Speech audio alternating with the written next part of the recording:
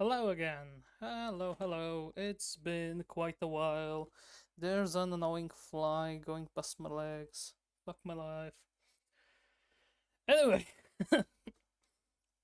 we are back with Pathfinder. Yeah, it's been quite a while. Um, yeah. Where's the OBS? Okay, I think I lost OBS. There we go. Um, what the hell? There's there's some error. I don't know.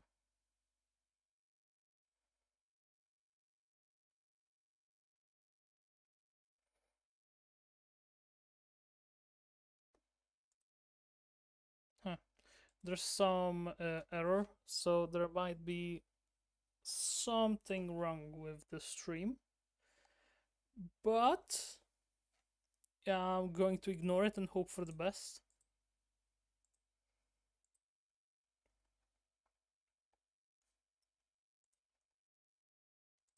Oh fuck. Okay, there might have been like an error with there might have been an error with things containing to the quality of the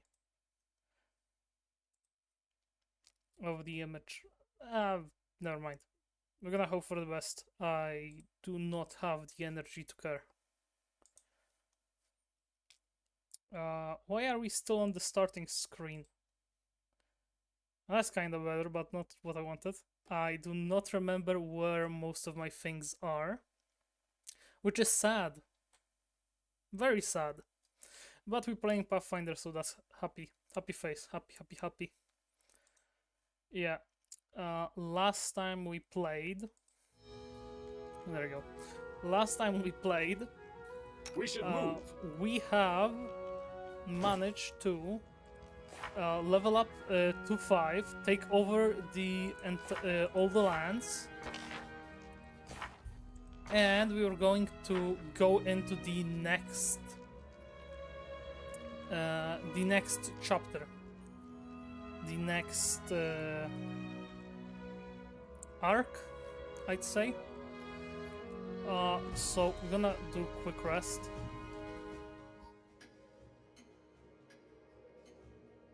And right after the rest, In due time. when we have all of our spells and stuff ready, we can proceed and go right to the next act.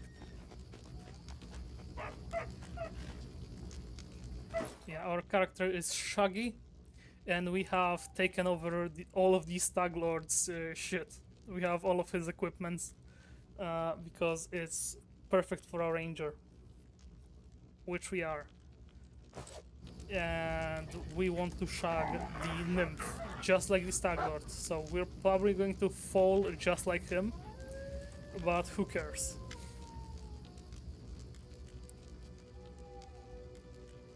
Oh shit, wrong guy. That's Bokken, not Oleg. My bad. Stag Lord's gone, we found his fortress and sent the villain to oblivion. Oleg looks at you with respect bordering on admiration. And good riddance. Maybe now we'll be able to actually live in the stolen lands rather than just surviving, Oleg sighs. Without a doubt, more people will flock here now. It will surely boost trade, but all the noise they'll bring with them. Well, that's none of your concern. I bet you can't wait to return to Restov. I'll report your great victory. Restov awaits. I plan to set off right away. The fog seems to be thinning, but we should wait until it burns off completely. In the meantime, I'll gather some supplies for your journey to make sure you can enjoy your trip back to Restov.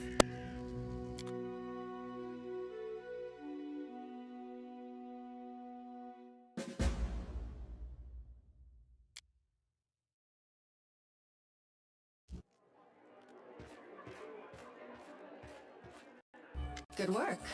Nice to see I haven't lost my intuition for people. Not many would have managed to set out to the Stolen Lands and return with the Stag Lord's head, but I knew you could handle it. Congratulations are in order. Today, you'll receive the title of Baron before the High Society of Rostov, and even Natala Sertova personally. God's bless her. Tomorrow, you'll be able to return to the Stolen Lands if you wish, but this time, as a ruler. But matters of state can wait. For now, enjoy this feast in your honor. All the city leaders are here. It's a great opportunity to make some useful connections. Speaking of connections, let me introduce you to Kasil Eldori. He's my adopted son and apprentice. He's a trustworthy man. I'd like to send him with you as an envoy. Casil, a young half-orc with impeccable poise, performs a textbook-perfect bow.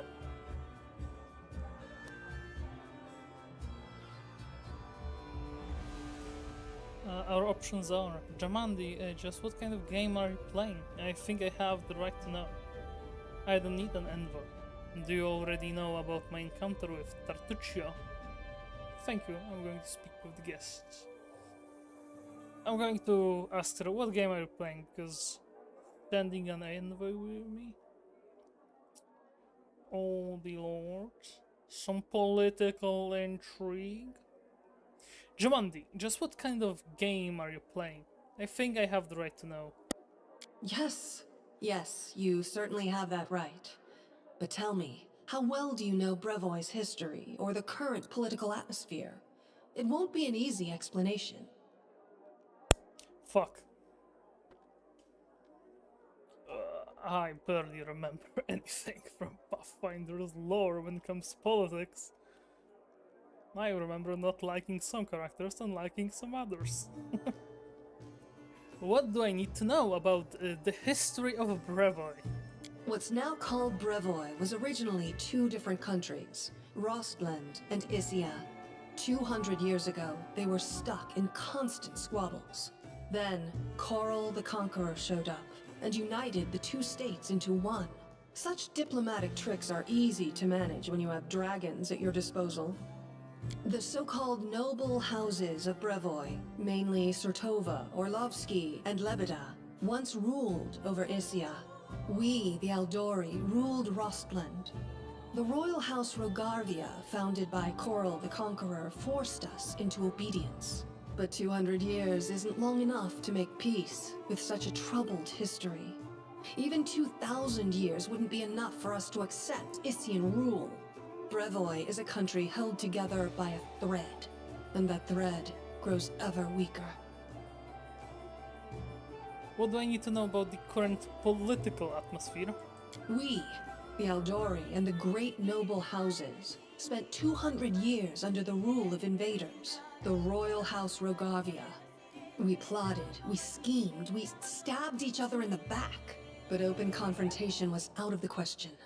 But a few years ago, House Rogarvia disappeared. No one knows how or why, but one day, their manors were just empty.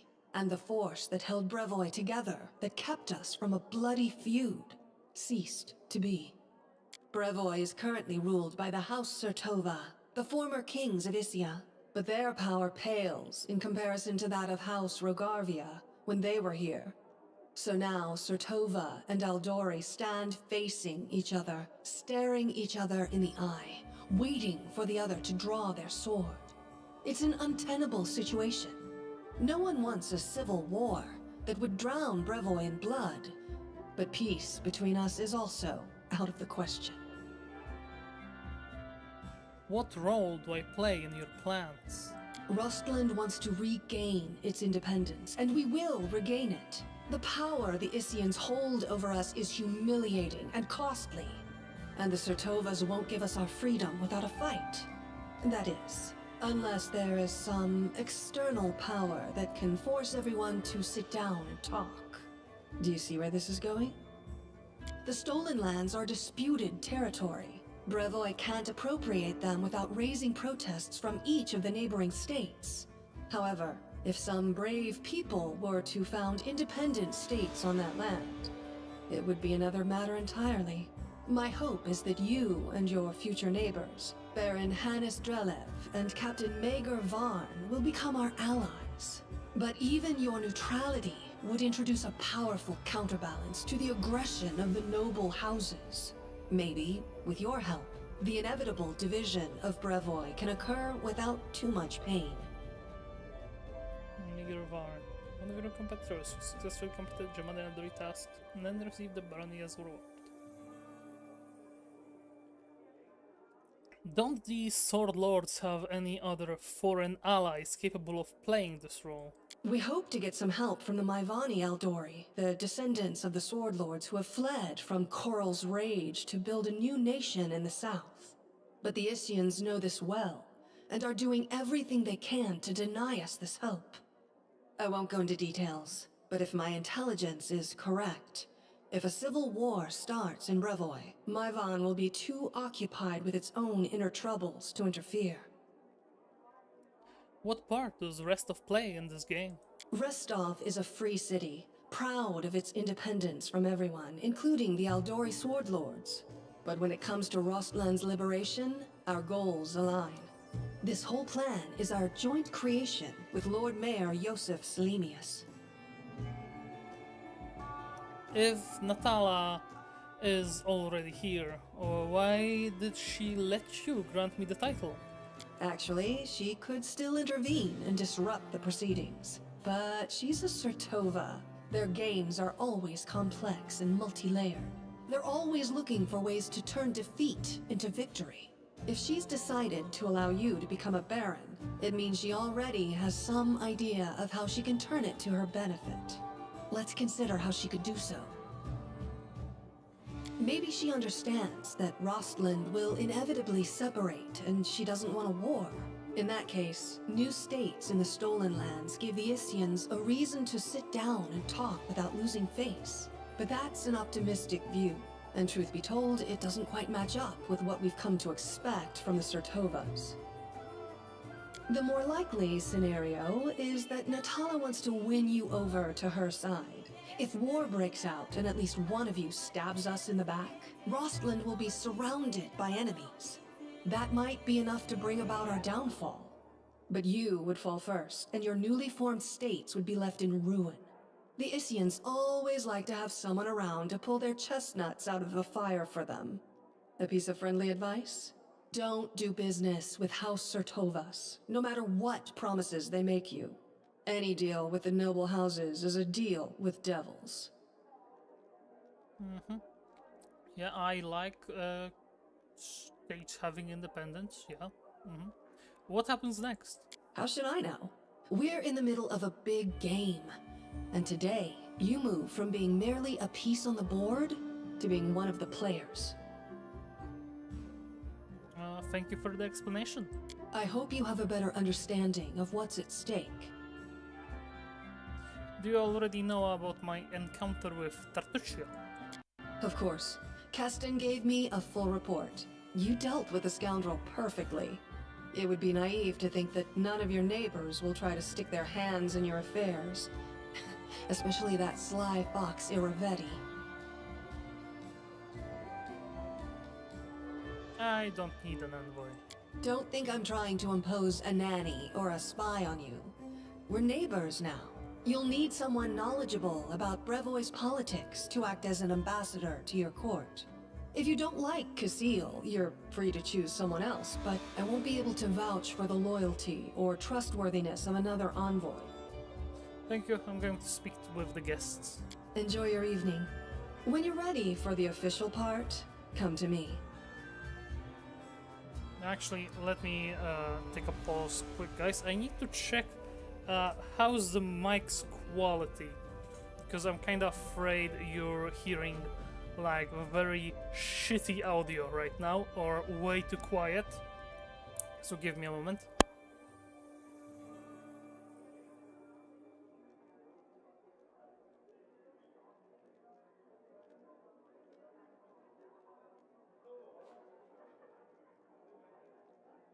Yeah, no, it's okay. It's alright.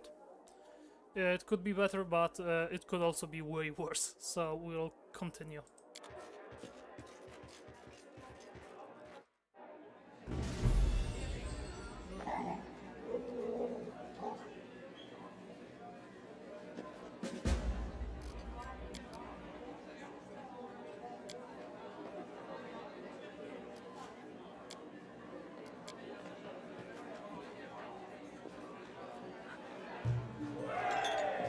Lindsay!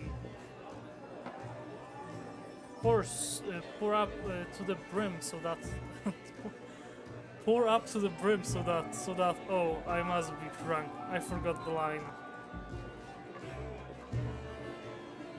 They call this a feast. I'd show them some real festivities if they'd let me.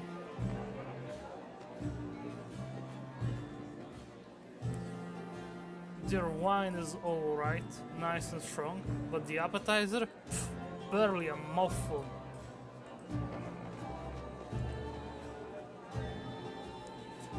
These people are not just celebrating, it seems your feat has given them new hope.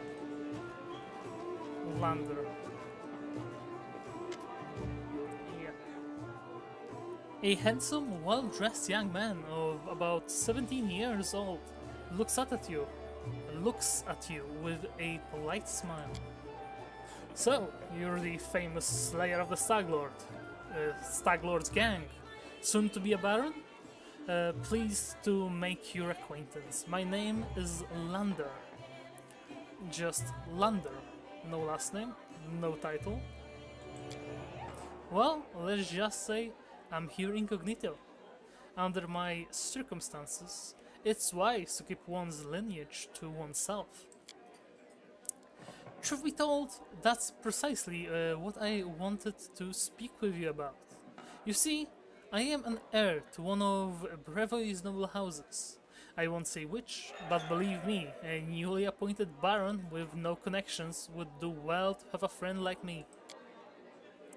I traveled the country in secret, without servants, so I can see it for myself. Not from a carriage window, but face to face with my people. My family would never approve, of course. But then, I never asked. I need to know Brevoy, if I'm going to rule a part of it someday. I know Jamandi wants to impose her stepson on you as an emissary of Brevoy. Refuse. Take me instead. Don't look at my age. While they may have trained their half-orc to swing a sword, I've been training to rule since I was a child. I'd be of far greater use to you, both now and in the future, after I have a firm position in my family. Are you from Restovic nobility? Oh no, I'm not from here. I'm just visiting you could say. I wanted to see for myself the heroes who managed to conquer the frontier lands, and the Lord Mayor was kind enough to invite me to this wonderful party. Please tell me again what you're doing here. I travel the country in secret, without servants, okay. Yeah. Tell me once more what you want from me. Yeah, firm position. Yeah, I'll consider your proposal, Lander. Yes, do so, and carefully. House Harim. A feast in times of pestilence, a ludicrous attempt to sink into reverie, to digress from contemplation one's own insignificance. I'm there. Hannes Dralv. This man's gorgeous clothes hide rippling muscles beneath them. He looks past your ear, obviously bored. Baron Hannes Dralv, he says offhandedly, emphasizing the word Baron. And you must be the Stag Lord Butcher. I'm sorry, I quite forget your name. But you took out the Stag Lord and his gang? And so, Sword Lord Jamandi is granting you permission to take his place, right? Well, congratulations. My lands lie to the west of yours. I suppose we're neighbors now. West, Zahut, west. Okay, you're to the left of my land, so that's where I'm going to wage war. Alright, thanks.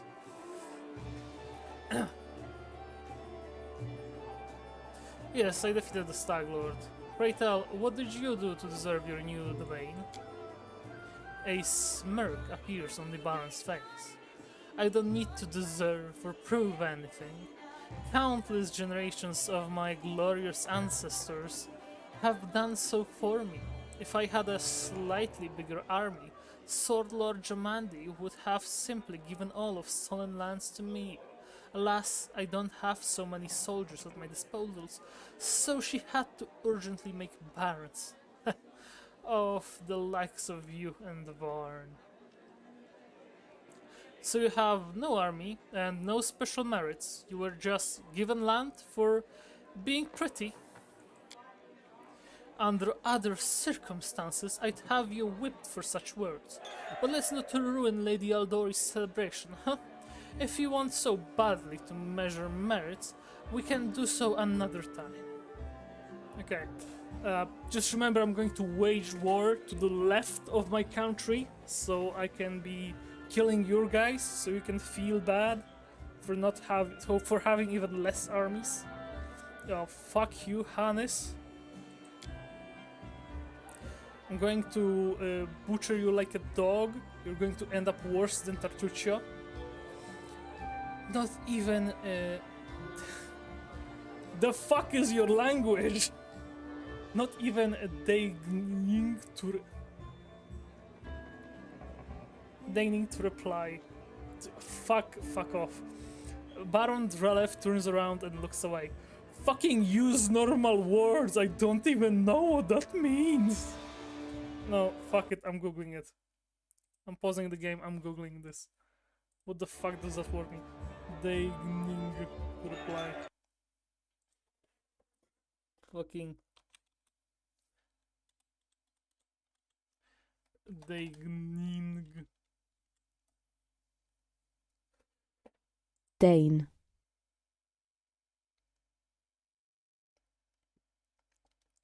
Do something that one considers to be beneath one's dignity.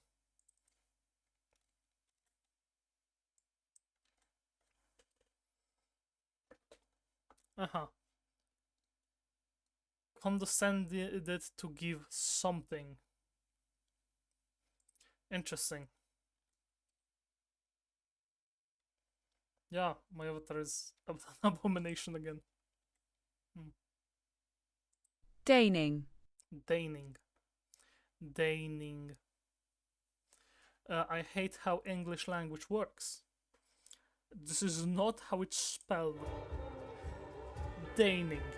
Why is there a G here if it's read deigning? Why is there a G here? Deigning. Fuck off, English language.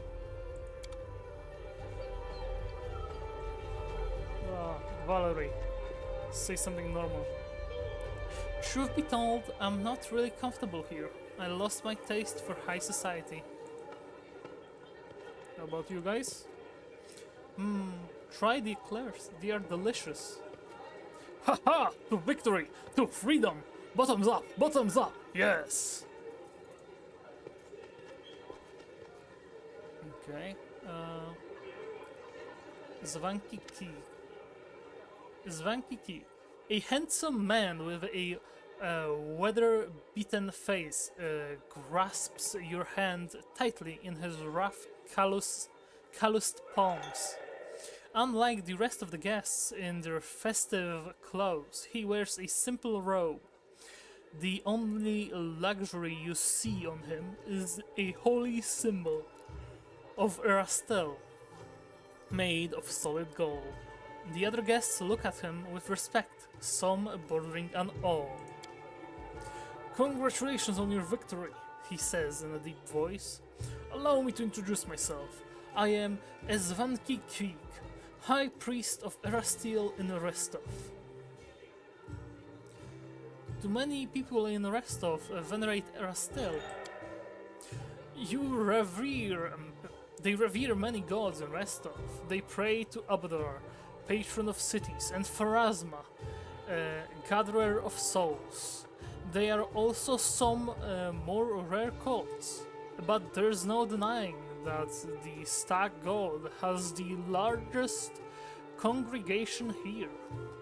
And no wonder, people here have lived off farming and hunting for centuries. You dress surprisingly simply for such a festive occasion. The corners of the priest's mouth turn up in a faint smile. The nobles dress in silks and saints and satins to stand out from the poor. A priest wears a simple robe to stand out from the nobles. Diplomacy, I have +0, so not gonna make it most likely. Bringing law into the Stolen Lands is a difficult endeavor. I would be grateful for any help you could spare. Failed. Unfortunate, I had +0 and we rolled a 6. Unfortunate. Our most pious aspirations are often hindered, but is it not the case that overcoming such obstacles allows us to become closer to our God? I give you my blessing and I believe you will be able to overcome these hardships and achieve your goals. It was an honor to meet you. Goodbye. I'll still keep you. Guards. Oh, no. That's her. That's the tiefling girl.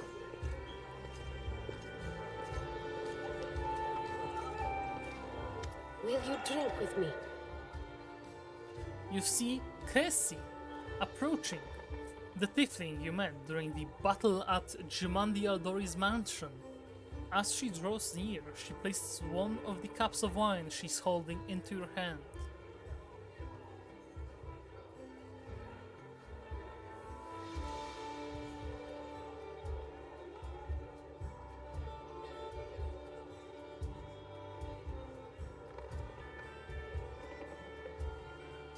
Of course, it's my success. Oh, yes. There's no wine in the world that tastes as rich as victory. But still, there's nothing wrong in cheering your successes with wine. But jokes aside, I came to apologize. I know the words I said in our conversation with Lady Aldery might have offended you, but this was not my intention. The lessons life has dealt me were not easy. I've learned to be wary of new acquaintances, which is why I've refused to join your party. I hope you will forgive me for this weakness and for my harsh words. And I hope you will hear me out, for I have something to tell you. No need to apologize. I don't expect everyone I meet to immediately fall under my charms and entrust me with all their secrets. How amusing. Usually those who don't seek affection are the very ones who receive it. Anyway, enough sweet talk. There is something important I wanted to tell you. As it happens, I came across some very valuable information. What brave conqueror of these wild lands wouldn't be intrigued by news of an ancient shrine, possibly full of great treasures? A place such as this was discovered by my old friends from Kadira, and it just so happens to be located in the lands that today become rightfully yours. My friends lack the courage to enter the shrine and seek the treasure, but what will stop us? We who know the taste of battle and have been singed by the same fire. As he stops looking at you, expectantly. What could be better than a treasure hunt? I'm ready. It sounds tempting, but I'll need to think about it. Forgive me if your prompts are not reassuring. I have no wish to have anything more to do with it. What could be more? What could be better than a treasure hunt? I'm ready. I'm sure you'd like to finally gain your official title and celebrate your victory. And I don't like noisy parties and ceremonies. Find me when you return to your dominion. I'll rent a house in your capital. We can discuss the details of our expedition there. So long, friend. I'll call you so today because soon enough, all you'll be hearing is, Your Grace, Your Grace, Your Grace. Saluting you with the cup, the tiefling girl steps back and disappears in the shadows between the columns.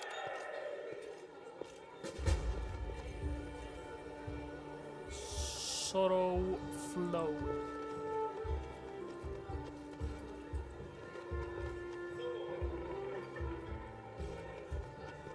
Kissingaris. Well, Tartuccio, well, scum, and how did we? Maybe I have too many. I do what I must. Chandra Mervi. Ah, yes, I see. Good old Restov hasn't changed a bit. Even the smell in the street is the same. Oh shit. Oh shit, it's her. I didn't realize it's her. I didn't read the name. I thought that was just another quick text. Oh fuck.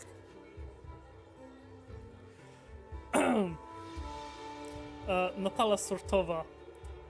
Fuck. Natala Sortova is discussing something with an unfamiliar old lady in a low voice. Upon noticing you, she breaks into a sugary sweet smile. Oh fuck, I already hate her. Oh no.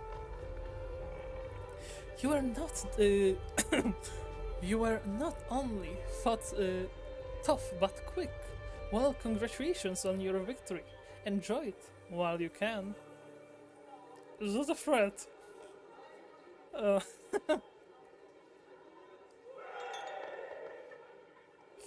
Hey, it was a pleasure meeting you. May I take my leave immediately? Is that a threat? I would never. I simply wish to warn you, in case you don't fully realize the fate that awaits you and your barony. What do you think awaits me? Nothing good, I fear. The Eldori, our dearest friends, didn't deem it necessary to inform you of their plans, I assume. You see, they are preparing to separate from Brevoy. It will not be a peaceful process. They lack the strength currently, hence using this legal loophole to create some independent allies. Once the civil war breaks out, your lands will be the first to endure a strike from Brevoy's forces. Perhaps they'll erect a memorial stone in independent Restov to honor you.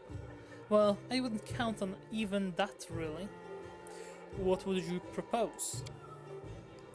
In your situation, the most reasonable course of action would be to align yourself with the lawful rulers of Brevoy, the noble houses. The Eldori won't dare to rebel, knowing they will immediately become entrapped. You could help Brevoy avoid a civil war, while simultaneously enjoying some well-deserved peace in your lands. I believe Jumandi has already attempted to impose a guard on you as an emissary. I'm guessing her low-born stepson, the green-skinned boy. Cassil? Okay, so she's also racist. Oh, don't need to give me more reasons to hate her, but okay, thanks.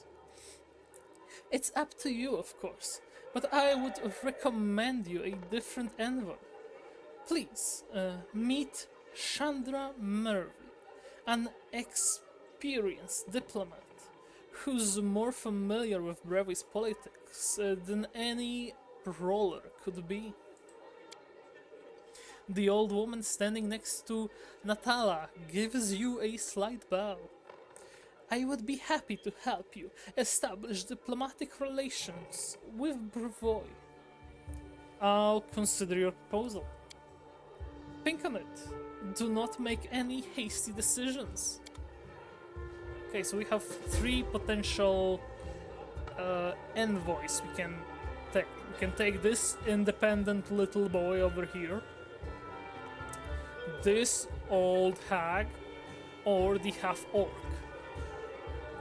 That's not him, that's just a random half-orc. I'm not racist, they just look similar.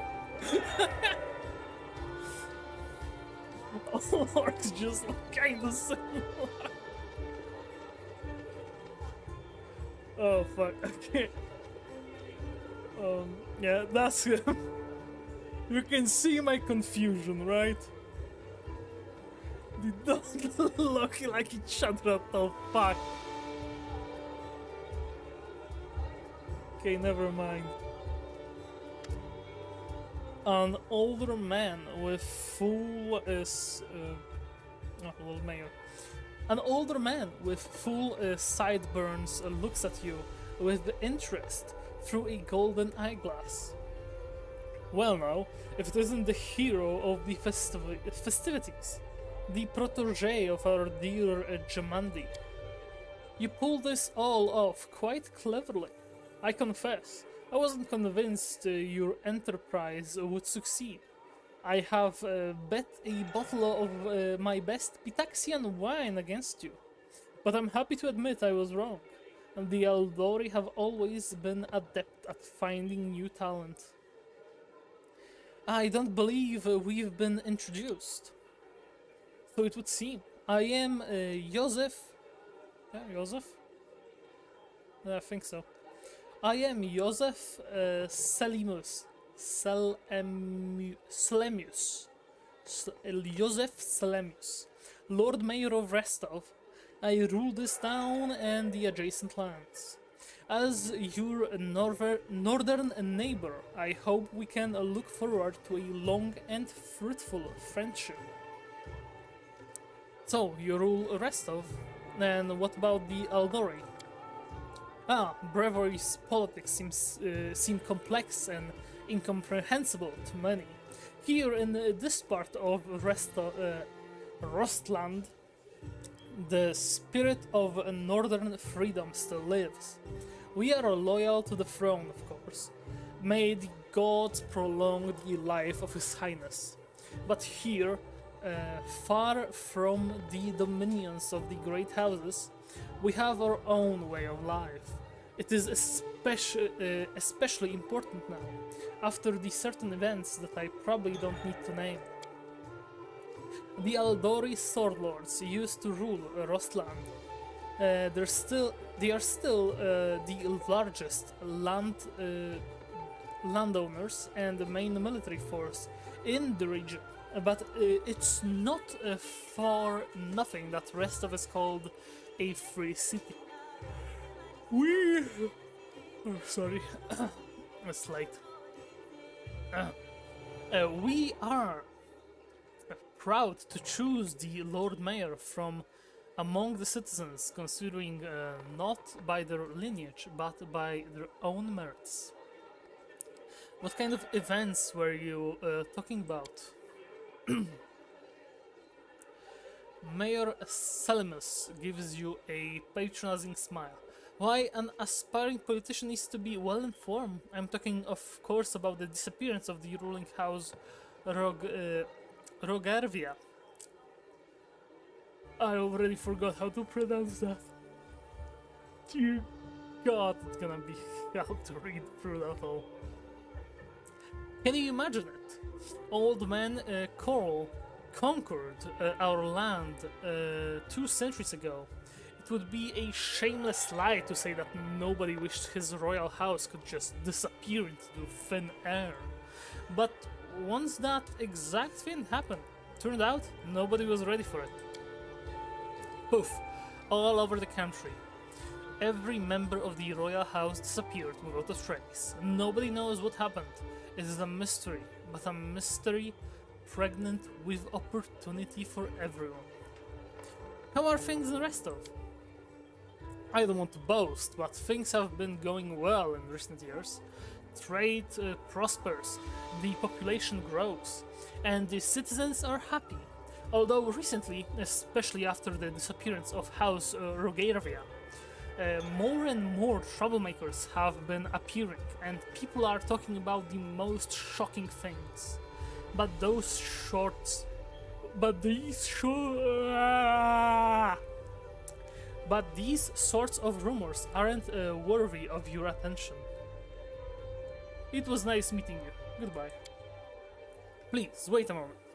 Your young barony will need resources to establish itself, and from what I've been told, you're somewhat in need of financial assistance.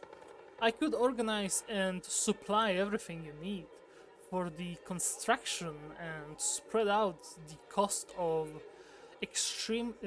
on extremely favorable terms. I could immediately procure, let's say, 500 cartloads of building supplies. I'm sure that would give you a good start. In exchange, I would ask a small favor. Until you repay the debt in full, you simply assume the obligation of contracting building services through Restov's building guild. Do we have a deal?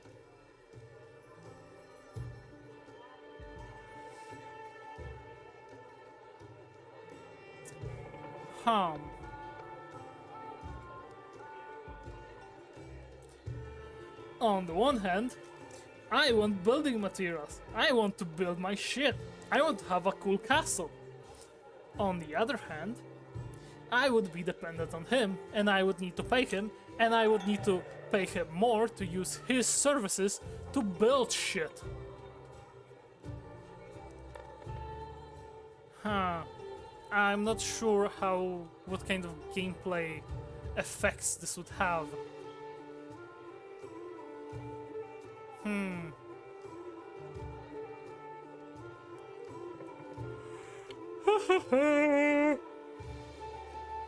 And now, fuck. It would be cool to ask chat, hey guys, what do you think? Which one should I choose? If I had people in the chat. I mean, there's one guy watching, I can see the view count. So one guy is watching. Hey, one guy, what do you think I should choose? Help.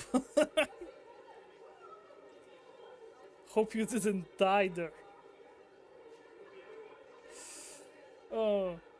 Anyway. I would be happy to accept your offer, or thank you for the offer, but I can't accept it. Damn. I want my cake and I want to eat it too.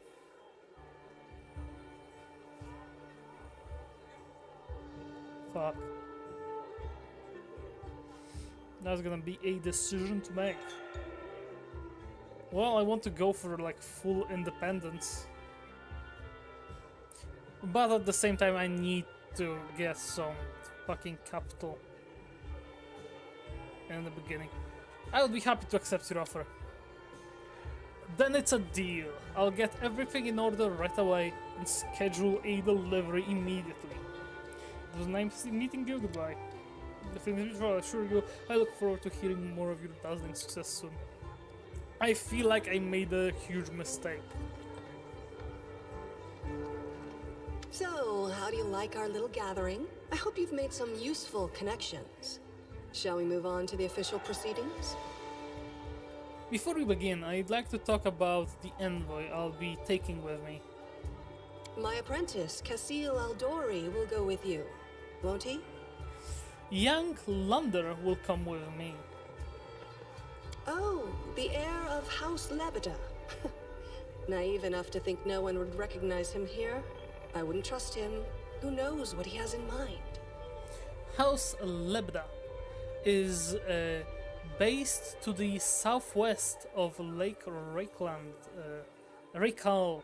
Fucking thinking about Reikland because I'm reading through Warhammer books now. Lake Reikal in the Brevoy, controlling the plains and significant portion of the lake's shipping. They are considered to be the Brevik noble family that epitomizes Rostland, having significant Taldon blood and appreciation for fine things and love of sword fighting. The family motto is "Success through Grace." I am ready for the ceremony. Excellent. Stand here. Okay. I'm gonna turn off the mic because most likely I won't be talking and there's gonna be a long cutscene. Probably with dub. If not, I'm just gonna turn the mic on back again.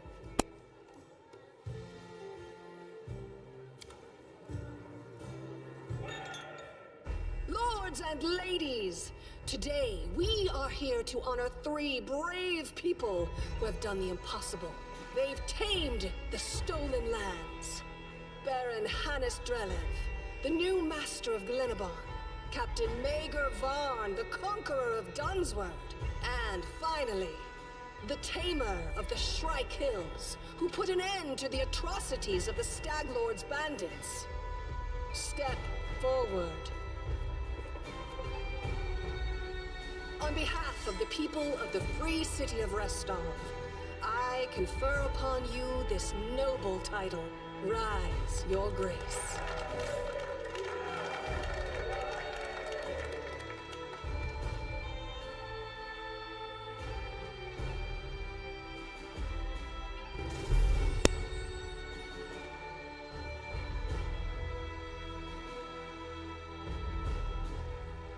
Okay, I thought it would be longer than that. But hey, we have our lands now. Victory! The Stag Lord's dead, and the capital of the new barony has been built in place of his fort. That was how the long and challenging taming of the stolen lands began. Yeah, except I didn't hand her over the helmet. I had it on my head.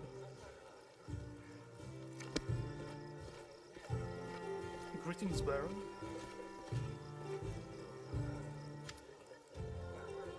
Welcome, Your Grace. Kestan salutes you. You can see he's a bit anxious, and it seems he'd rehearsed his speech many times. Let me once again congratulate you on your victory and your new title. Lady Jamandi transferred me here. I am at your disposal. I'm not one to bestow honors, but I want you to know I'm glad to serve you. I'm here to welcome you on behalf of your new capital's citizens. The Stag Lord's former stronghold will soon be a thriving city. Word travels fast, and the first settlers have already arrived, with new ones approaching as we speak. While you were visiting Restov, much has been done here. Your benefactors, the Aldori, invested a great deal of resources in rebuilding the city. I stand ready to answer your questions and to show you around the most important sites. The main question is, where can I get a drink or three? It's time to toast my victory. Kestan hesitates a brief moment, then laughs. I'll make sure to show you the moment we enter the city. The tavern was the first business that opened. Building a city is first work, and I beg your forgiveness for my behavior during your reception. I drank a little too much. It is a day for celebration. Where are my companions? They're all somewhere around here, but I never kept an eye on who went where exactly. Well, I assume Tristan is with Jod, and you can always find Lindsay. Just follow the noise and turmoil. Are there any citizens I should know about? Our old acquaintance Jod is right here. Erastil's clerics normally don't like cities much, but he's eager to serve you. Also, the emissary from Brevoy is here, waiting for you in the throne room. There's also this curious matter. An elf has paid us a visit. A blind elf. Desna only knows how he managed to get here. He seems a peaceful, even pleasant fellow, though naturally a little odd as I let him stay a while. It's up to you to decide what to do with him now. That's about it, I guess. Kirsten scratched his head. What's the mood of the people here? I must admit, I've never seen anything like that in my whole life. A city, a whole barony, born right in front of our eyes.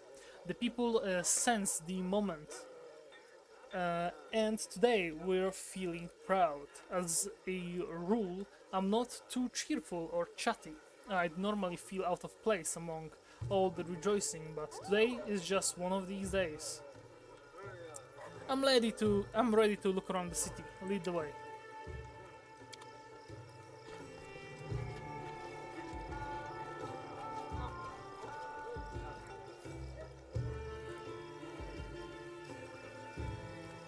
Greetings, Your Grace. We are, well, your new subjects. We're selecting a site to build our house. It's wet near the lake and windy up here on the hill. A fine place to throw a garbage at your neighbors' heads, though. Ouch.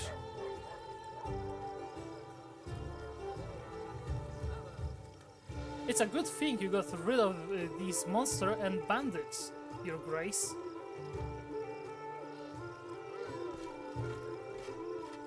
Do you recognize this place, Your Grace? This is where the Stag Lord's fortress, well, used to be. Not that it served him in the end, huh?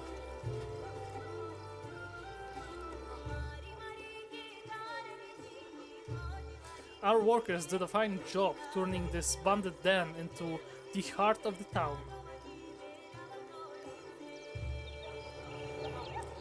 The heart of every town is its main square. We plan to hold street festivities and fairs here. Look, we already have our first vendor.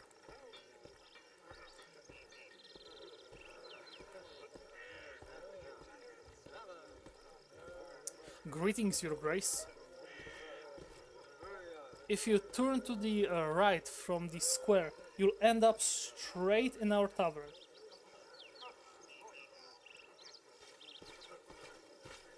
The tavern's ale is blessed by Caden Kalin himself, I swear. And the lady who owns it is a gem. I've heard our baron is tall as a troll, has hair of pure gold and can breathe fire. Oh, that's all nonsense. Well, except for the part about breathing fire. All barons can breathe fire, trust me.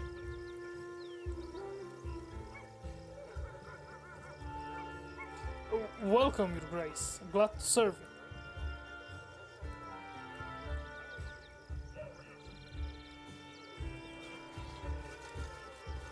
Your Grace, these are our guards. They keep order in the city, or keep... Okay, what the fuck was that speed of text? Here's the observation platform. I hope one day your capital will grow large enough that we won't be able to see its full extent from this perch.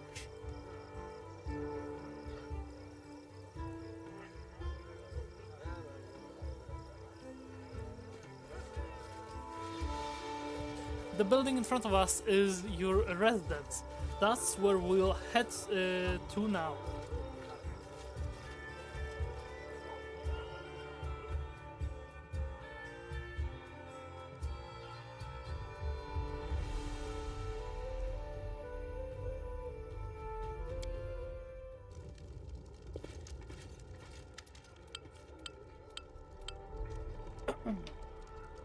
Welcome to your barony.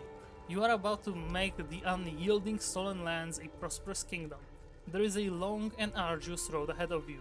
You and your advisors are going to deal with matters of national importance. Found and build up settlements, seize and develop new regions, solve pressing problems and take advantage of good opportunities. A prosperous governor will be handsomely rewarded with support and donations from their subjects, promising alliance with other states, wealth for their treasury, and many other things. Good luck in your ruling, Baron. So, now we've reached the main chambers. This is the throne room, where you'll hold a court and receive visitors. Let me draw your attention to this large map depicting your barony and its surroundings. We'll mark all the important scout reports and other news worthy of your Grace's attention. Having finished this speech, Keston tucks his thumbs under his belt and stands quietly. Hello, my dear friend. Lander Lebeda, the young noble from Brevoy, who you've chosen as an emissary, greets you with a distracted nod.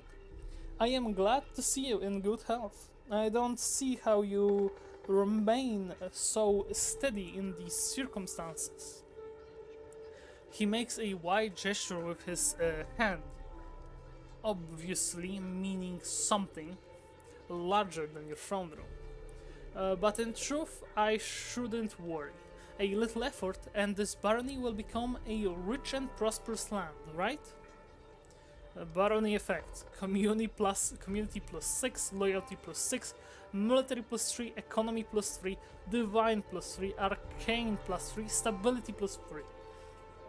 New event: trade agreement with Sortova, arrangement with Joseph Selimus, Evansky's offer, pillage the Temple of the Elk, rebuild the Temple of the Elk, research into the nature of curse, Davik Nettle. Oh, Jesus Christ. Difficulty level of your barony. You may change the difficulty level of your barony at any time or set it to automatic. If set to automatic, you won't have to deal with most government decisions. They will be taken care of automatically and your barony will never fail. However, this will also prevent you from unlocking any governance-related achievements. Since ruling seems to be a new thing for you, I'll put the matter simply. There are two kinds of issues that the Baron must address: boring ones and amusing ones. You have servants and advisors to handle all the boring problems, and you can give them orders from whether it pleases you. But sometimes an urgent matter will arise, a dragon attack, or the visit of some noble dignitary. Like myself. Events like these demand the Baron's personal presence in the capital. We'll mark these events on the map too. Look. According to ancient traditions of Brevoy and most of the river kingdoms, rulers in these parts find it convenient to receive visitors and chop off heads at the beginning of each month. I know well that traditions can be tedious, but nevertheless, I advise you to visit the capital on important days. But here's the main thing. You should start choosing people to fill the key positions right away. Your clerics, Jod and Tristan, were the first to beg for an audience. I'll leave you to your thoughts for now. I'm sure you'll make wise decisions. Of that, I have no doubt.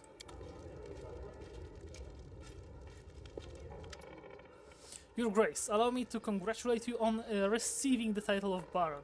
I am confident that you will be able to bring order to these troubled lands.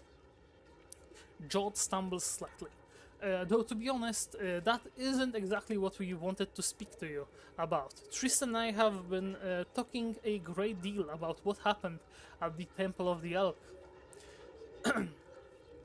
It doesn't all make sense to us yet, but one thing is clear. There's a powerful curse at work. It corrupted the very essence of that sacred place. Steeping it with putrescence. I am disgusted with whoever could do this. I am disgusted with you using this kind of fucking language. Fucking hard words, fuck you. And now there is a new woe. Tristan and I believe the curse did not simply disperse of its own accord. There is a place near the capital rumored by the locals to be cursed. Tristan and I visited this dreadful place and we felt the same putrescence as at the Temple of the Elk. What is this place? Where is it? There is a bold hilltop, not far from here, to the north of the capital. Its crown is extremely barren of life. The locals believe that rituals glorifying the dark gods were held there back in the ancient times.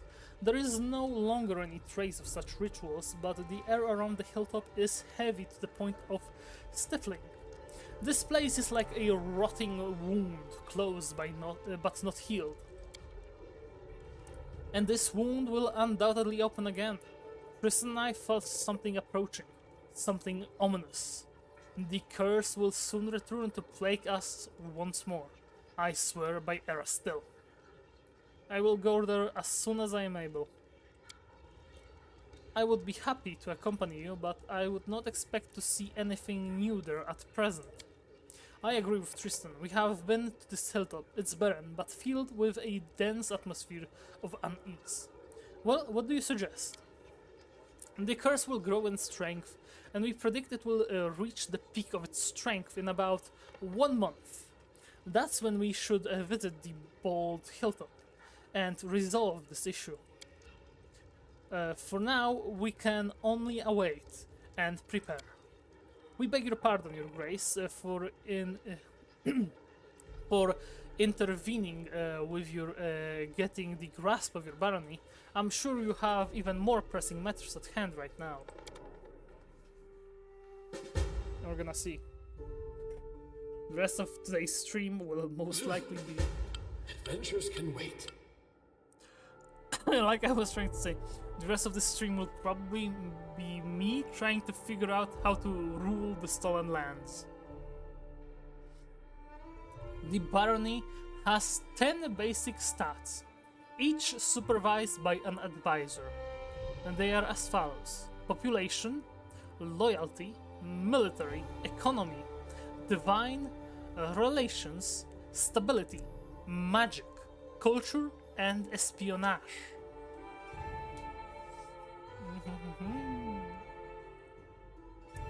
Stats increase in your governance is successful and decrease if stats increase in your governance if your governance is successful, and decrease if events don't end well or other negative factors are placed in your way. Don't let your barony stats drop to 0 or lower. This will cause your subject to riot, and your state will begin to crumble. Each stat has certain milestones, or ranks, within them. Every 20 points in a stat will increase your rank. Rank 1 unlocks a... My god, I should have made coffee before this.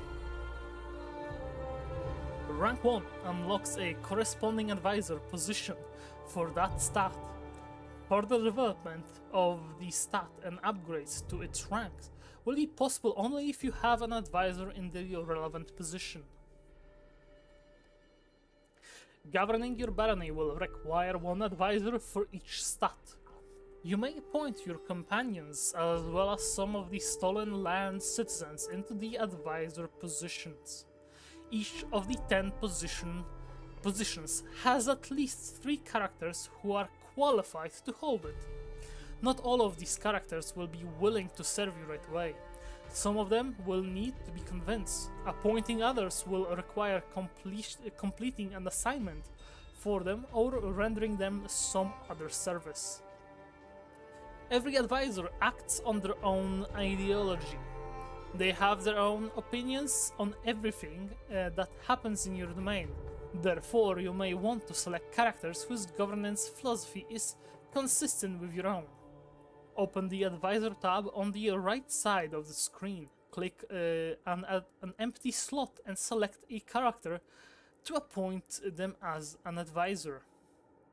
Every barony stat gains a bonus from a specific ability of the appointed advisor, and the exact size of the bonus is indicated in the upper right corner of the advisor's card. Only advisors may address the problems, opportunities, and sudden events that occur in your domain and require immediate attention. Don't leave the positions vacant. Motherfucker, I'm going to hyperventilate.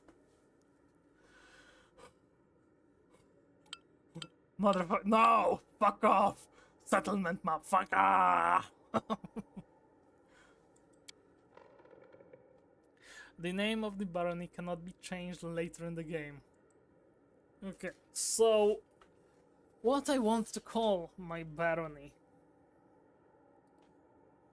Oh. I'm actually going to take a short break. Yeah, we're going to do a short, like 10-minute break. I'm going to get a drink and think about the name, and then I'm gonna come back and we're going to continue for a while more. See you in a while, crocodile.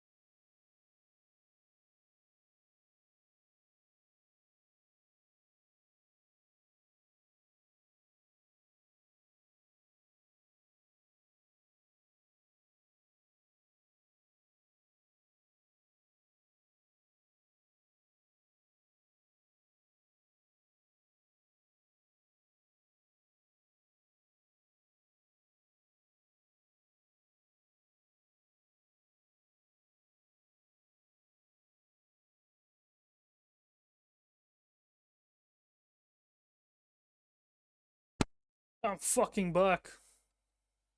Yes, we back. Back again. No. Okay. Oh, wrong one.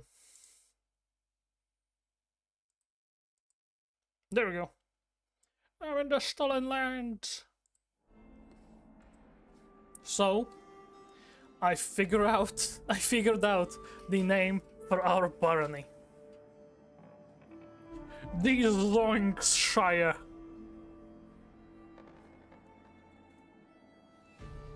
I hope everybody is a fan of that name.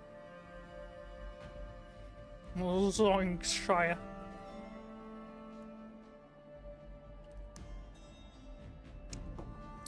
Truth be told, I didn't figure that out. I just said, Chat GPT, give me 20 possible names a Shaggy would give for the name of his own barony. One of like first 6 ones was like Zonkshire. I was like, oh yeah, this fucking has to be it. So welcome to Zonkshire.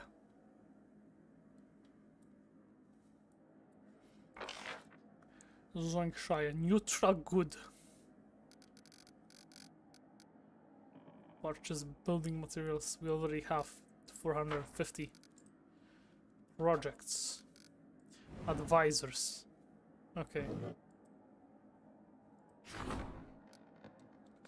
The regions ensures subjects' complaints and concerns are heard by their ruler and serves as a link between the baron and the people. Choose an advisor to fill this position. Advisors will act according to their position in government, their beliefs, and their alignment. Lander. Holy shit, Lander. +3. I think Octavia. Octavia always strives to solve problems peacefully. Yeah, I think that's gonna be my take on the regent.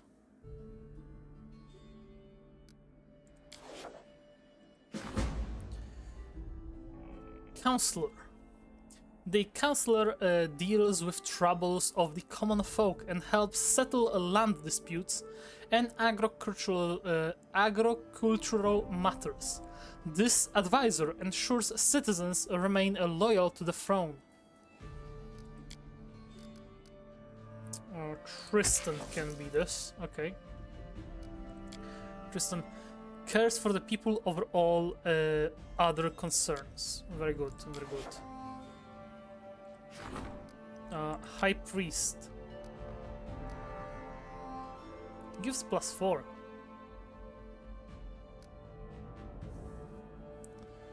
Jod does his best to solve problems without disturbing local traditions. I'm gonna grab him here, because I do not trust him in any position. The general is the highest ranking officer in the army of the barony and is responsible for watching the borders and protecting the realm. Choose an advisor to fill this position. Advisors will act according to their position in government, their beliefs, blah blah blah.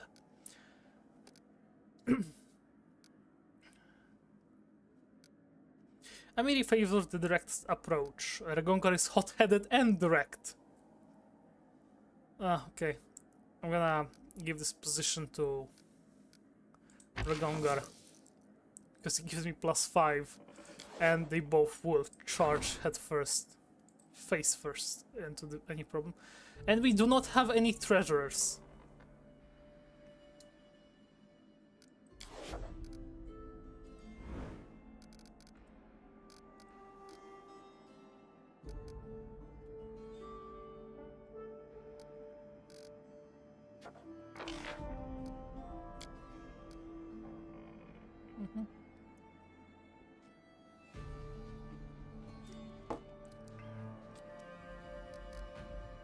Okay.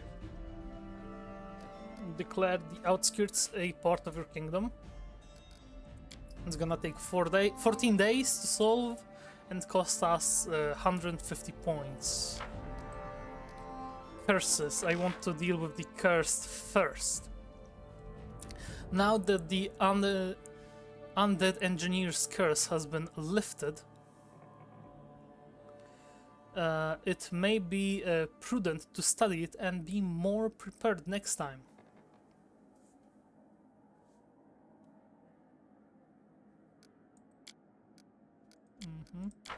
Yeah, and economy.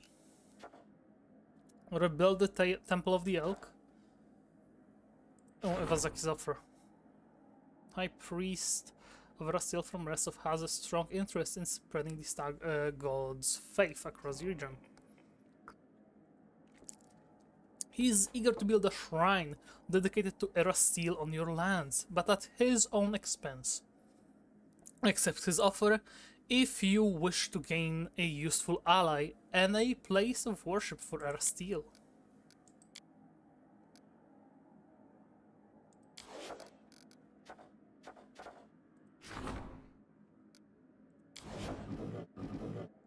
Yeah, we do not have anybody that can deal with our economy. For now, at least.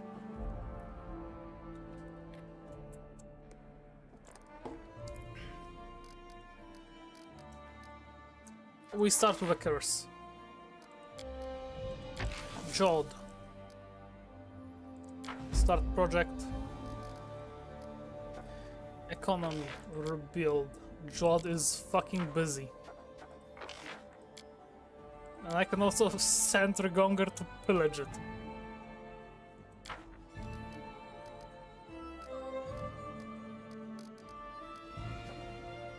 Rebuild, pillage. Ivanaki's offer.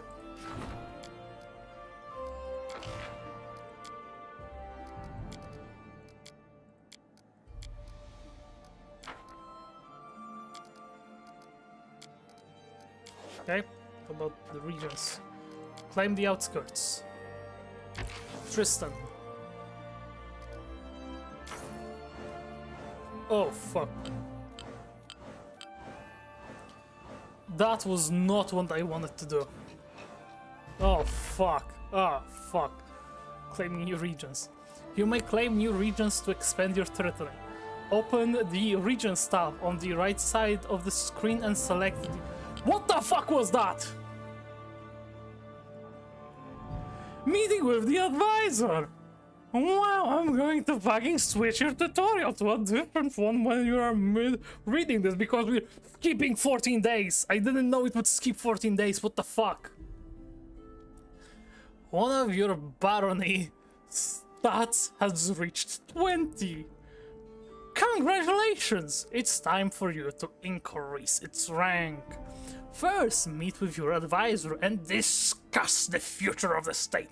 To do so, return to your capital and click the I never fucking left because you just skipped 14 fucking days. I wanted to see my fucking capital, leave this building and go explore the fucking town. But I can't. Fuck you.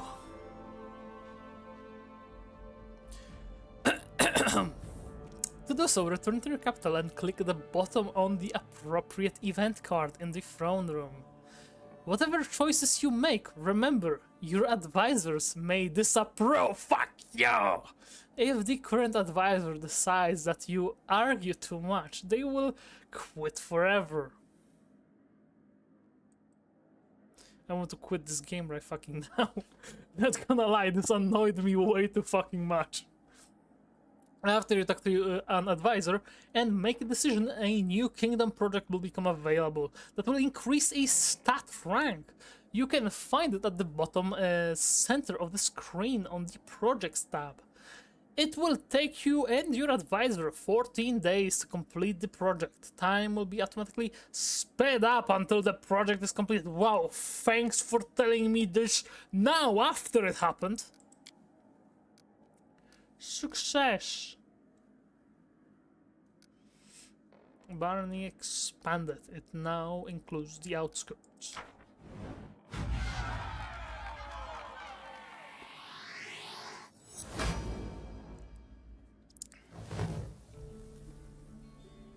Good thing I grabbed a beer before coming back here.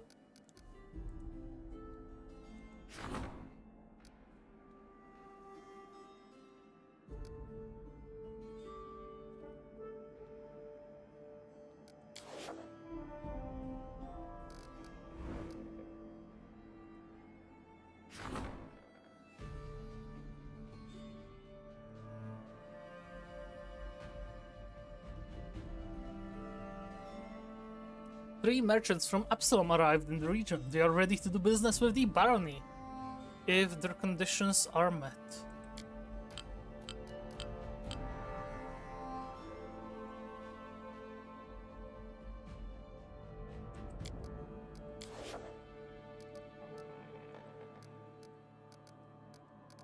Not gonna lie, I'm very close to just fucking rage quitting the game.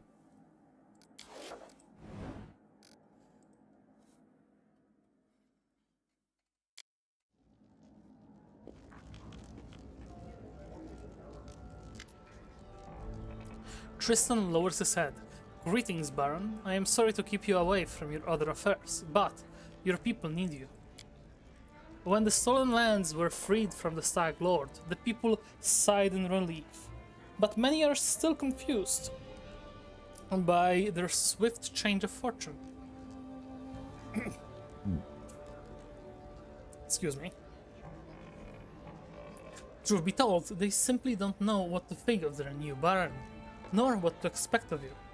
Will you be a fair ruler for all, or only for those of a wealth and status? Let us reassure your people, show them where your favor truly rests. Perhaps a small celebration would help to win them over. Of course, you could spend the same amount on a luxurious dinner for the wealthiest of your brevoy, but I recommend organizing a fair for the common people, the ones upon whose shoulders your power truly resides.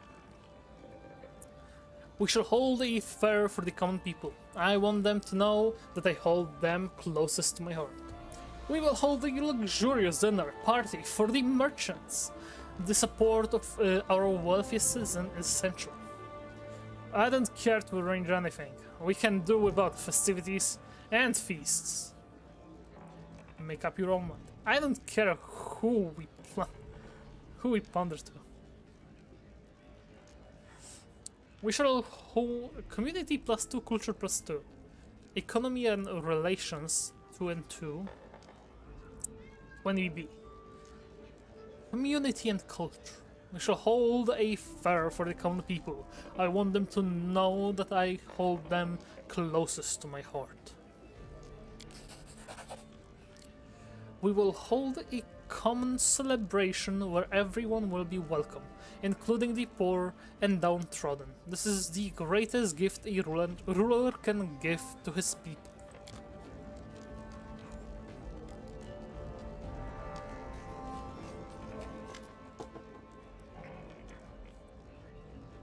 Harim looks embarrassed. He runs his fingers through his beard and clears his throat a few times, then speaks at last. I heard, and not that it is important, but, well, he clears his throat again. I heard that an ancient trade road built by the dwarves of the Five Kingdoms Mountains runs through these lands. I don't know what happened to them, or where they went. Unforgiving times spare no one, but the road itself is still here, and possibly not only the road. Harim holds his beard in his fist. Well, Shaggy, I have a request. If you find any dwarven ruins in the area, I'd like to see them with my own eyes. Why do you ask this? Harim fiddles with his beard again. I shouldn't probably, but it's like a wound that never healed. You know, it will only hurt more, but you still need to scratch it. Of course it's foolish and vain, but still I wish to look at them. Of course I am. If I find any dwarven ruins, I'll take you to them. Thank you, Shaggy. I will... Thank you.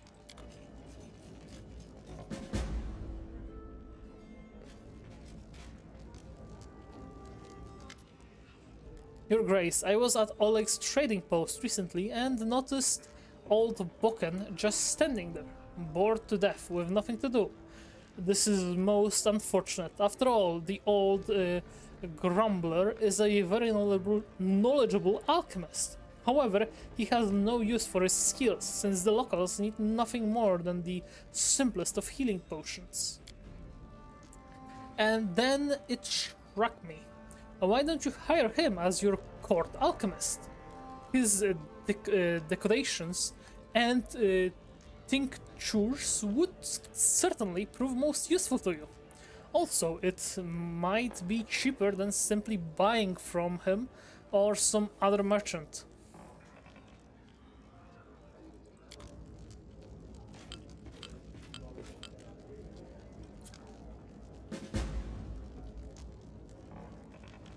Okay. Court alchemist.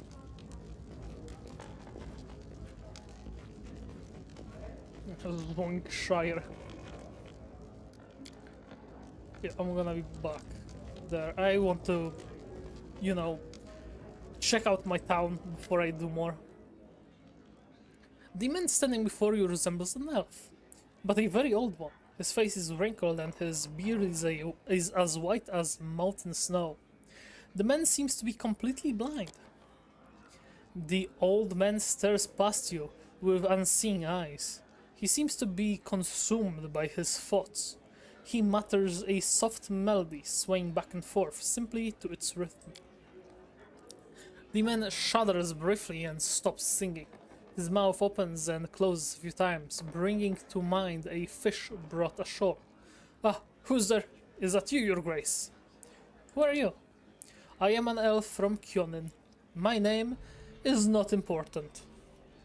I am the storyteller, collector of stories. I collect unknown legends of ancient times. The man smiles, but it doesn't seem to be directed towards you. Long ago, I was a smith in Kyonin. The fire of the forge has burned out my eyes, but I am grateful for it. If I could see, I would yet forge suits of armor for Yandra's guards. Instead, I have stepped on the path of an adventurer and gatherer of ancient legends. The old man ponders silently for a moment. Many people are long dead. Their homes crumbled to dust and their bodies turned to ash. Only legends can still tell us of their triumphs and defeats, their joys and fears. I would be so interested to hear these stories told about us after our demise. I've always been drawn to the stolen lands, where countless expeditions, armies, and even kingdoms have met their untimely ends. When I learned of a new barony being founded in the heart of these lands, I knew I wanted to be part of its story, so I made the journey here.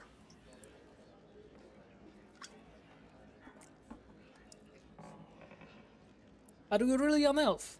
Do other elves age like you have? A common question. Despite my unusual looks, I am an elf. And an old one, yes. Perhaps older than any other elf of Kyonin. However, I doubt my age alone is responsible for my appearance. I keep the stories of many people and races, some forever gone from the face of Glorion.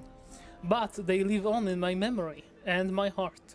When I accept a new story, I lock it in within myself, bearing the weight of its world and the emotions they invoke. I sometimes think that I probably should have died long ago, but some incomprehensible force is keeping me alive and granting me the ability to continue my quest to gather stories. Be it divine power or fell curse, I am grateful either way. How could you tell that it was me? It is not so hard to recognize a ruler by the way he walks. No one in here steps as confident as you, Your Grace. Alright, would you care to trade stories with me? The man's voice rustled like autumn's leaves. I am a collector, not a trader. If I share a story with you, you receive the power to pass it further, changing or embellishing it, whether willingly or not. Can I be certain you will keep my stories intact in their absolute purity? The storyteller ponders for several moments. No, I do not think so. At least not yet. These legends are the most precious valuables of this world and last remnants of ancient tribes. They are beacons illuminating the way to the past, allowing us to meet generations long gone. I cannot let their light fade. The path to the past must not be lost. The old man thinks for a moment, then continues. But I can offer you a deal, Your Grace. If on your journeys you discover items that come from eras past, bring them to me, and if my eyes can see the stories that these relics hold, I will gladly share them with you. And if you find all the pieces of an ancient artifacts, I can even recall my smithing skills to unite them and restore their power. I found the shards of an ancient artifact. Can you restore it for me at the anvil? May I? The storyteller gently touches the items from your pack. The scrouched piece of metal is a part of a curious artifact known as the Necklace of Double Crosses. Inside it I sense a story of many deeds, not heroic, but low and maleficent. If you find all 7 of its fragments, I will be able to restore the artifact and recount it in a glorious story.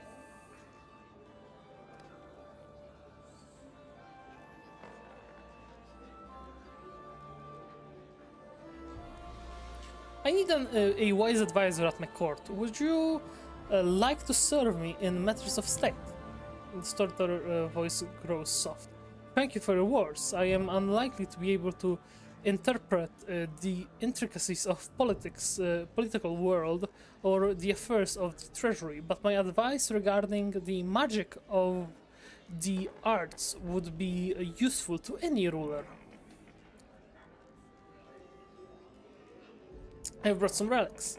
Are any worthy of a story? The storyteller's eyebrows rouse. How interesting. May I, Your Grace? He gently touches the items from your pack.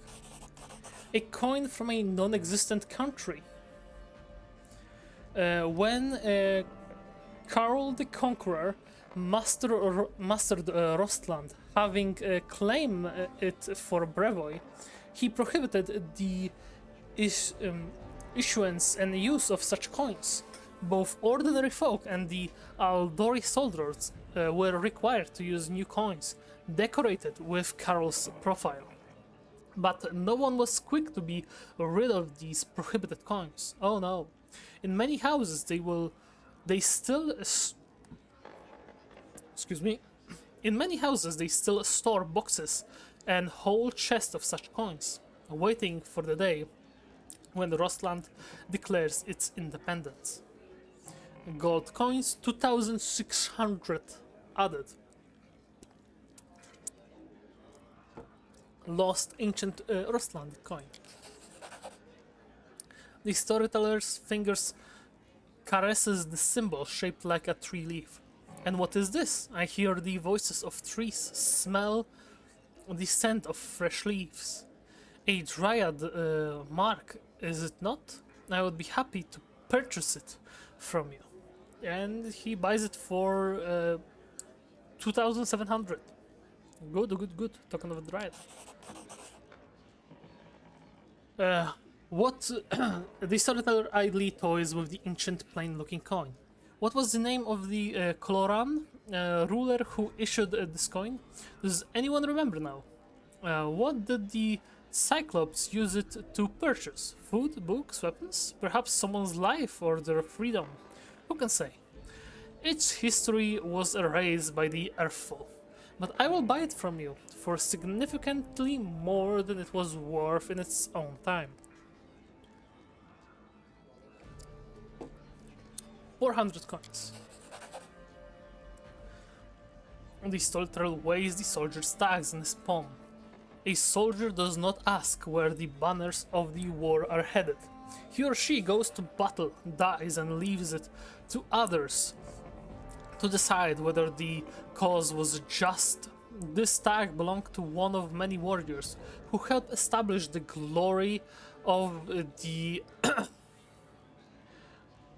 the glory of the Taldan Empire.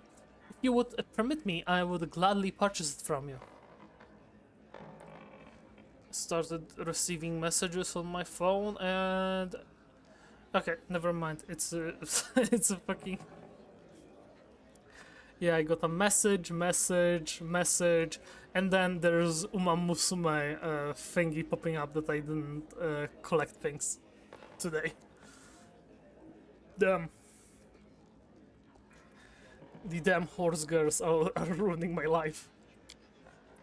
Ah, the belongings of brave heroes who performed their feats here before you. I sense you would be interested to hear their story, but there are too few of them here for me to recount it yet. Please find all 5 of them. I am sure you won't regret the time you spent in the search. The storyteller finishes his inspections. Remember me, should you find anything noteworthy. I'll leave you to your legends till we meet again. The storyteller doesn't answer, his unseeing eye staring ahead blankly. Okay. Thanks for all the money, we have 7k now. That's good, that's good, that's good. Raz, dwa, trzy, cztery, pięć, sześć. How many he said we need for the necklace? We have 6. So we have 6, I want to know again.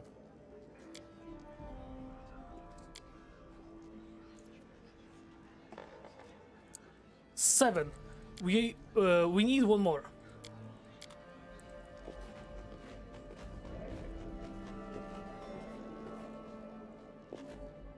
We need one more.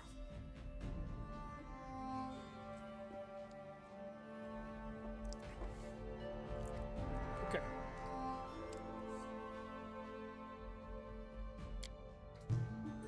Hello, my savior. You asked if we'd meet again, and here I am. A savory aroma of herbs and flowers is the first thing that lets you know that your long-time acquaintance is here. The nymph looks at you in a strange way, like she's never looked at you before. I see your fate has changed since last we met. Now you are the ruler who will determine the destiny of these lands. I am their living heart, the whisper of the wind, the strength of rivers, the luxuriant growth of the meadows. Do you wish to touch this power? I will show you a place where we can finally meet in flesh, you and I. Deep in the woods, there is an old mossy ruins long abandoned, nearly swallowed by the thicket. There is an old tree growing among the stones in the yard, which I remember as a seed. A shadow under its green crown I call my verdant chambers. Visit me there, my lord, and come alone. A nymph's reward awaits you. Do you wish to touch this power? And them swords awaits you. Come alone. Well, I don't know if you're thinking the same thing, guys, but I think Shaggy is getting lucky. Yeah, I think we're going to get some of that. Yeah, no, come alone. She's going to fucking kill us there, but it's worth it. The risk is worth it. Everything that we learned about her and the Stag Lord and everything else tells us she's going to kill us. But there is a chance. There is a chance there will be sex. Or at least that she will kill us after sex. So I'm in. And I do not accept any criticism for it.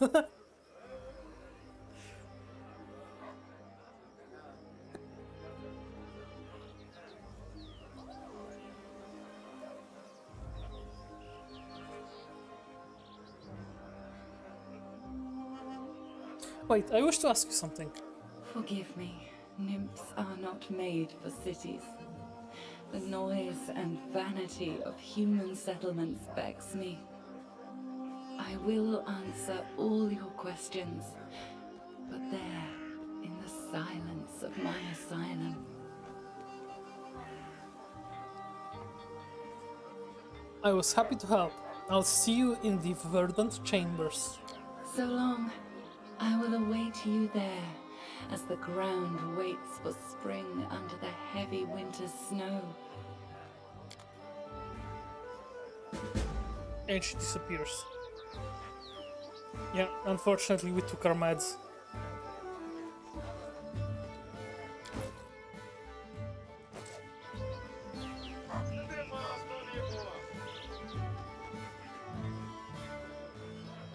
Okay, I see a tiefling with some power around her. I wanna see what she sells.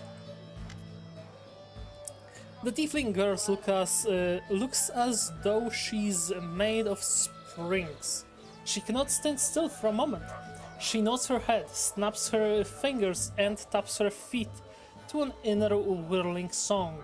Seeing you, she quickly waves her hand and breaks into a wide smile, and immediately starts jabbering. Yeah, Grace, welcome. What do you want? Scrolls? I have them. You won't regret it. My suppliers will bring more scrolls for sale. If you manage to attract more mages to your lands, more mages, more demand, and more goodies for you. So build them libraries and we'll both profit from it. Can you perhaps speak a bit more slowly? Sure. Yeah, as you wish. Who are you? Xerxes, the letter gobbler. At your service. The girl bows with a wide smile. Best spells, charms, jinxies, and hexes for the best baron across the River Kingdoms. Buy it all and don't be stingy, you won't regret it. Where do your goods come from? It's a family business. I've got siblings across all Medivh. They pinchy, Mendef. They pinchy. They are very creative suppliers, and I sell it all. Get now, don't hesitate, don't goodies greed. My goodies greed. Show me your wares. She has a bunch of spells. Scroll displacement. Create pit. Corrosive dash. Cause fear. And large person. Glitter dust. Hypnotism. Invisibility. A magic missile. Molten orb. Pernicious poison. See invisibility. Scroll of shield. Shocking grasp. Sleep. Stunning barrier. True strike. Vanish.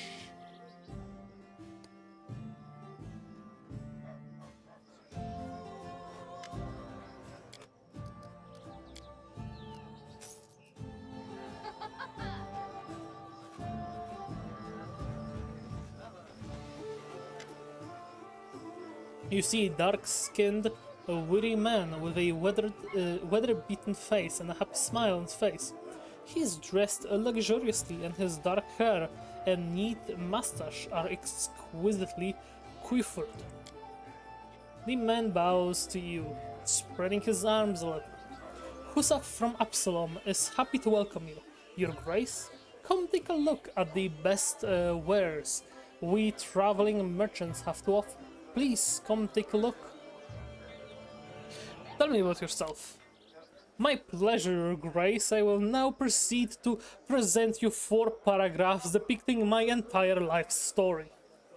The merchant smooths his mustache and commences his story with an air of importance, speaking in a sonorous voice, gesturing wildly.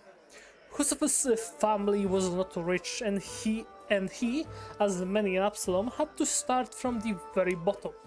As a child, while his peers chased pigeons and stole apples at the market, he worked at a tannery. Oh, I can still smell the disgusting stench. The man pulls out a heavily perfumed handkerchief and waves it in the air. Well, the young apprentice worked hard, saved every coin, and soon managed to purchase that tannery from his former master. Then, as soon as he had enough money, he opened his own trading agency. After 10 years, countless deals, and many tours in his caravan, Hasuf was one of the most successful merchants in Absalom, and thus writing his name indelibly in the history of the great city. I hate difficult words. The merchant looks at you with pleasure. Well, how is that? I'm looking for a writer so I can dedicate my memories. Haha. I think many would find it interesting and useful to learn more about me. Why did you leave Absalom, the center of global trade, for some young barony in the Storm Lands? Huzzah, this is a long story. I don't think your grace would be interested. No, tell me, I insist. The merchant groans theatrically. Very well, as you wish, your grace. It was about when I was still young, I fell in love with the daughter of a judge, an important person in Absalom. For many years I tried to win her heart, but she was cold as stone. I should have given up, but this is not in my character. In the end, I did manage to win her love, but I was unready for it. Hasuf swallows and rubs the back of his head. Hasuf swallows and rubs the back of his head. As Abadar is my witness, the flames of hell burn inside this woman. I could not live with her for even 6 months. Tenderness and passion one day, screaming and scandal the next. Sometimes she would break into my office during business meetings to make a jealous scene. And sometimes pulled me by my coffer from the finest taverns in town. It pulled me by my collar from the finest taverns in town. I couldn't sleep. I was nervous all the time, and it started to affect my business. I realized there was nothing else to do but run. Leaving her and remaining in the city would be impossible, even in such a city as Absalom. I decided to never return, and I still fear that wildcat of a woman will follow my trail. Hasuf stops, talking and stares into space without blinking. Although sometimes after a couple of jars of wine I still remember her. Perhaps it was I who unleashed this tornado in her. If somehow I'd behave differently. What is the secret of your business success, Hasuf? There is no secret. Perseverance, strength of character, attention to detail, the gift of persuasion, charm, all this among many other things are key to success in my profession.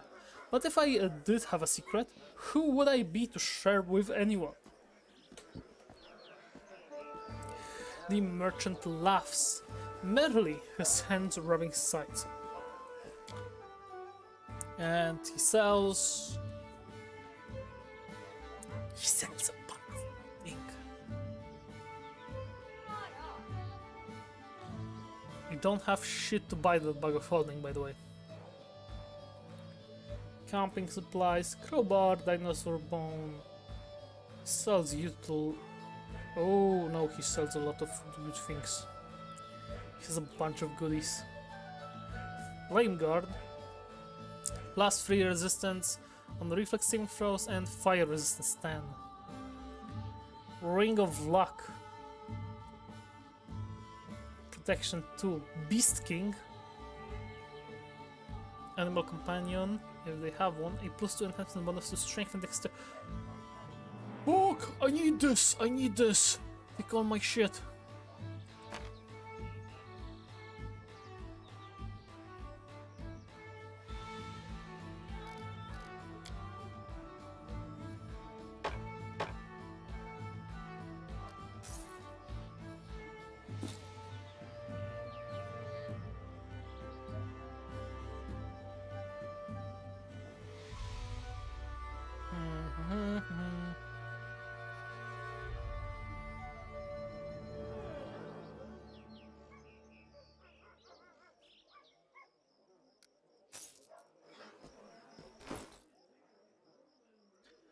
Ring of the Beast King.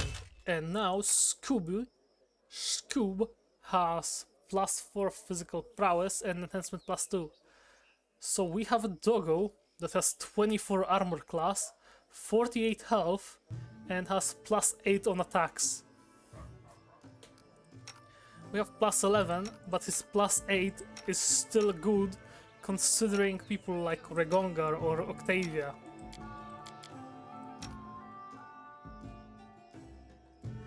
What the fuck is that? Why is this at 6?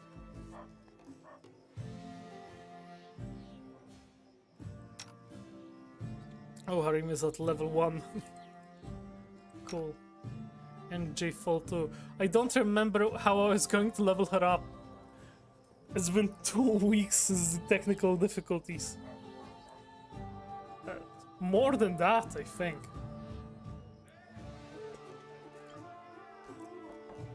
Damn.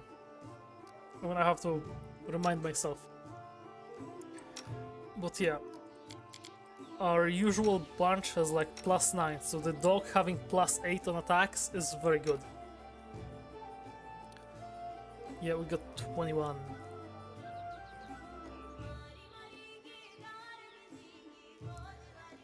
Okay, yeah, me and Scoob are undefeated. Undefeatable.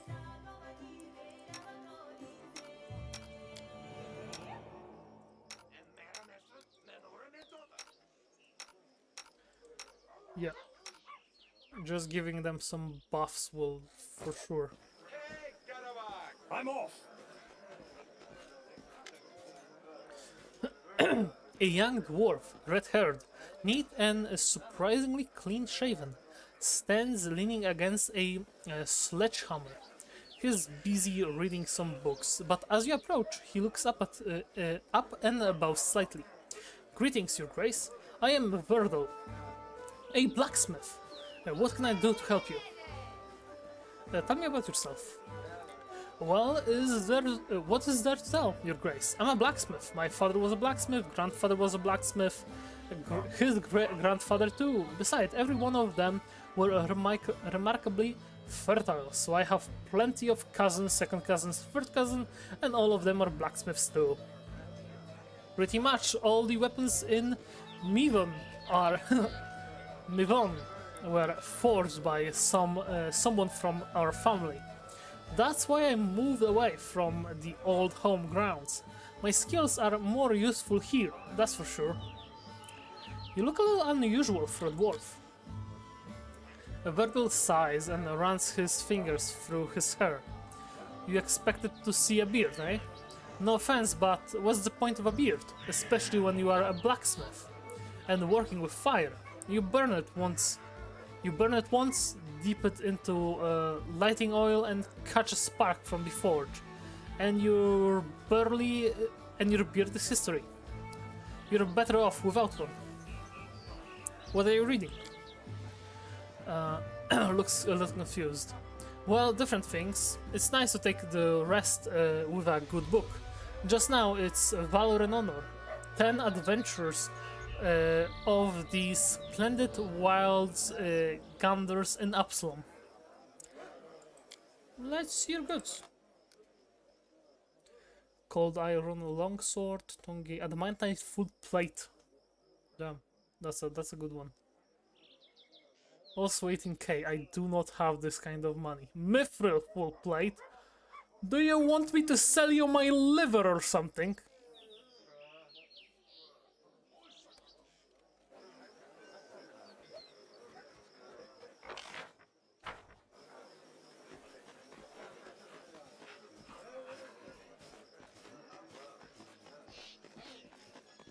Regongar and Octavia.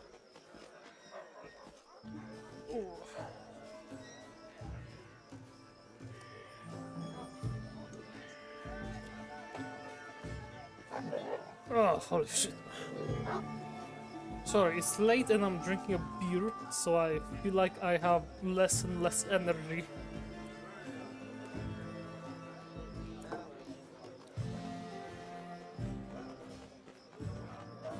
I'm gonna talk with the companions at the start of the next stream. For now, we are literally going to only explore the city. I'm there. Check out the merchants. And maybe just check out where the companions are standing. But the next stream we're gonna start with talking to our companions. In due time. Hello, citizen. I have come to take in some of your money and ale. Yeah, this is where you go to the tavern.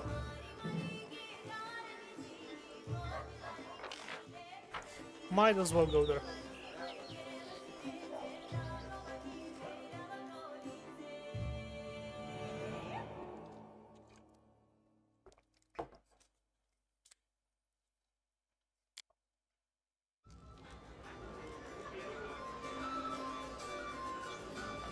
Follow if you dare. Yeah, here we have Amiri and Honoriel 8 Eyes, so we can respec here.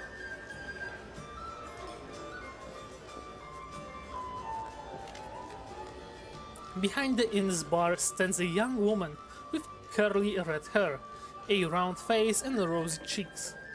She gives you a friendly smile, fixing her cup. It's so nice of you to stop by, Your Grace. I'm Elena, the innkeeper. Tell me about yourself. I'd be happy to, Your Grace. I love to talk, especially about myself. Where are you from? What land? Which family? Oh, Jesus Christ! A lot of breathing. Oh, I'm gonna power through. All of my body is telling me, no, you can't. It's late, you're feeling tired, end the stream, stop reading. But no, I need to read through it. The next stream we're going to actually leave this kingdom and go fight something. I hail from the River Kingdoms. Artum, to be precise. I'm from a farming family. Like just about every from around there. There's more fertile land and pasture there than any other in the River Kingdoms, except for maybe 7 riches. The folk who grow crops and tend cattle are well respected there, but at the time they live in constant danger. There's too many bad people, too lazy to work all day, but don't mind taking other people's things. By the way, I'm not saying I am not enjoying reading this, learning about characters, checking out some of the world building that it's here. I am just fucking tired and dyslexic, so reading makes me even more tired and kind of stressed because I'm mistaking words and misreading them. And I'm also starting to get drunk from that one fucking beer. So that's not helping. Why did you decide to become an innkeeper? I was bored. Please don't get me wrong, I was fine at father's farm and I've got nothing but respect for farmer's work. But in our back country, you could go half a year without seeing one new face. No news, nothing happening. I've dreamt of working at an inn since I was a child. That's the kind of place where there's always lots of guests and stories. Where does the inn's name come from? Oh, don't ask, it's too funny. I kept thinking about what name to pick. Choosing just the right one. But not one to waste time. I drew a beer mark on the door. I figured folks would just see it and come on in. So the locals got used to calling the place the Beer Magen. So the name stuck. Tell me about the River Kingdoms. A month wouldn't be long enough to tell it all. Your Grace, each kingdom is a special place, all its own elves. Each kingdom is a special place, all its own. else live in one of them. Another one, half of the country belongs to the Marauders Guild, and the other half gives them their orders. They say they even get locals discounts. There's just one thing that unites us all, like a strong thread keeps a quilt together. Is the Six River King freedoms. Ooh. Six River freedoms. Yes, the first freedom, say what you will, I live free. It doesn't mean you won't get beaten up for what you say, though. The second freedom, well, if you can call it a freedom, oath-breakers die. These who break oaths get killed, just like that. So people prefer not making any oaths at all. Third freedom, walk any road, float any river. Once the ruler of Haybar decides to build a gate across the river and collect a fee from each passing boat, well, there is no more Haybar. The fourth freedom is even worse than the second. Courts are for kings. Whatever a king says goes. Well, as long as he doesn't say to build a gate across a river. Now for the fifth. Slavery is an abomination. Nothing to explain there. Runaway slaves from all over come to us for a reason. And the sixth, you have what you hold. It means that theft is a much worse crime than robbery. If you catch my drift, you can honestly beat a robber and keep what's yours, but a thief acts on the quiet. Shame on him, that's just disrespectful. Thank you, Alina. We will discuss it another time. And show me what you got. Camping supplies, some things to make stew out of. Okay. The beer again. Hello, citizens. I am robbing this place currently. Do not resist. Your ruler is taking your things.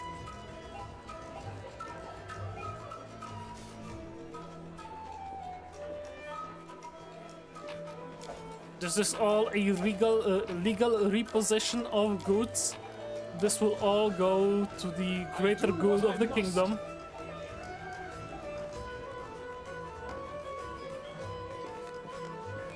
Wanna see what's upstairs.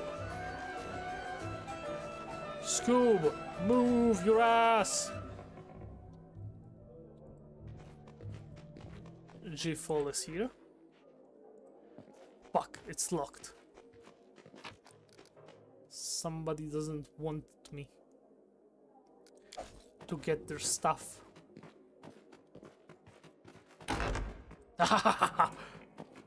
Somebody forgot to lock the doors. Now I can repossess your goods.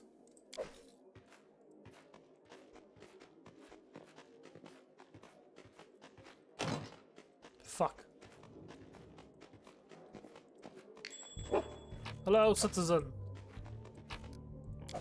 This is a completely legal repossession of all of your goods and items. I'm off. Fuck, some of them actually care about not getting fucking robbed by their fucking king in the middle of the day. Okay. I think we can end for today.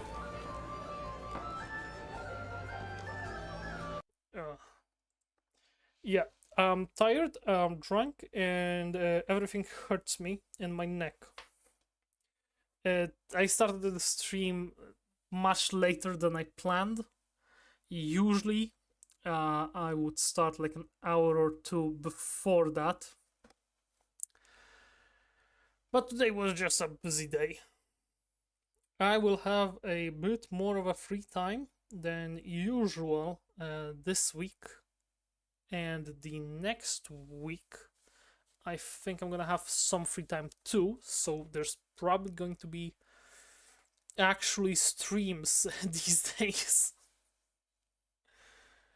Either way, thank you all for watching. It's always nice to do a stream once in a while. And goodbye to all of you.